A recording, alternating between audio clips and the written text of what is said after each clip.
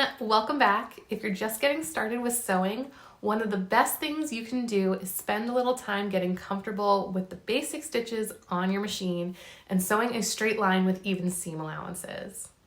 In this video, I'm going to walk you through a few common settings on your machine for a straight stitch and a zigzag stitch. These are the most used when garment sewing. I'll show you how to pin two pieces of fabric together and use the backstitch button. Practicing is a great way to learn how to sew consistent and accurate seam allowances, which is a skill you'll use in almost any sewing project. So grab a couple pieces of scrap fabric, thread up your machine, and let's start by pinning our fabric together and sewing our first straight stitch and zigzag. To prep your fabric for pinning and sewing, make sure that your fabric is pressed flat. Lay one piece on top of the other. Begin pinning in the direction opposite of where you're going to sew. If I'm sewing down this way, I want my pins to be facing the needle and the presser foot so that I can pull them out as I go. As you're pinning, make sure your raw edges or seam allowances are matching up.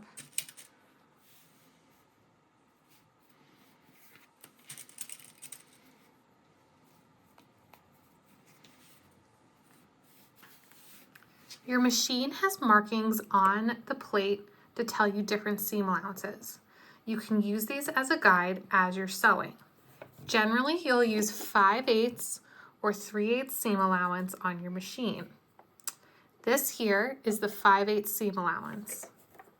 To start sewing, I'm going to line up the raw edge of my fabric to that 5/8 mark. Drop the presser foot at the edge of your fabric. If any pins are in the way, remove them. When sewing garments, it's especially important to secure the threads at the top and the bottom of each piece. To do this, we're going to use this reverse or backstitch button. My fabric is already set underneath the presser foot down, and the raw edge is against the seam allowance of 5/8 for this particular piece. I'm going to begin by sewing a few stitches forward, pressing or holding the backstitch, releasing it, and continue sewing. Probably one of the most common stitches you'll use when sewing garments is a straight stitch. Most machines will have a preset straight stitch as one of the first or second stitches on the machine. You can leave this setting as is, or you can add slightly more to the length. When I sew garments, I like to use a 3 on this machine. You do not need to play around with the width at all for a straight stitch. Once your settings are in place, you can begin sewing. After backstitching, I'll begin sewing straight. Instead of watching where the needle is going on your fabric, pay attention to that guide on the plate as well as your raw edge. That will ensure that you get an even amount of seam allowance between the raw edge and your stitches.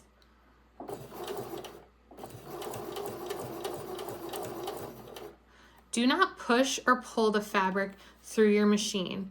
Instead, use your fingers to guide as you go and let the machine pull the fabric through.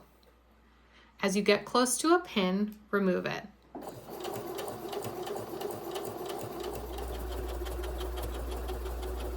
When you get to the end of the piece, we will backstitch again. Stitch to the end of your fabric. Hold down that backstitch button for a few stitches, release, and continue stitching forward. Once done, lift your presser foot, pull your piece away from you, and use the thread cutter to cut the threads. Here you can see what a backstitch looks like. That will secure our threads and keep our piece from unraveling as we sew and wear. Here is a straight stitch when complete. As you can see, our backstitch is at the top and the bottom. When the garment is open flat, the seam is right there. This seam allowance can be clipped down or pressed open with an iron.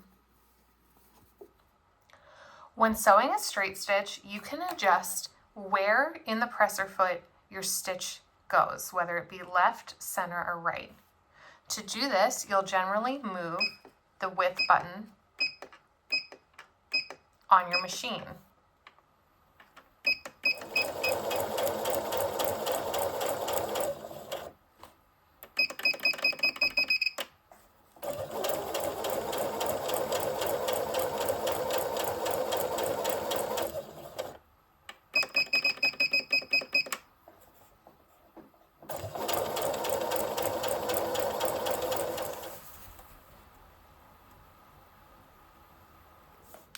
Another common stitch you may use is a zigzag stitch. A lot of machines will have that in the main menu or on the front of the display. On this machine, it's number 5. We'll begin stitching the zigzag stitch similarly to the straight stitch. We're going to use the guide of 5/8 on our machine to mark the seam allowance. Place your fabric underneath the presser foot and lower. Remove any pins that are in the way. Begin stitching.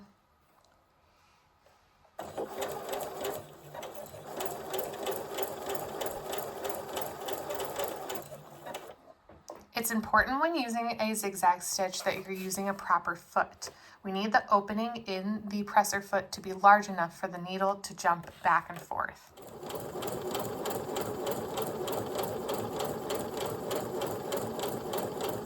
Zigzag stitches can be changed in both the width of the zigzag as well as the length of the zigzag.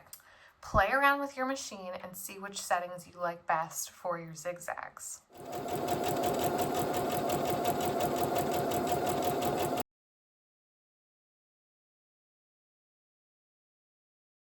Here's a great example of all the different zigzags you could create by just adjusting the width and the length.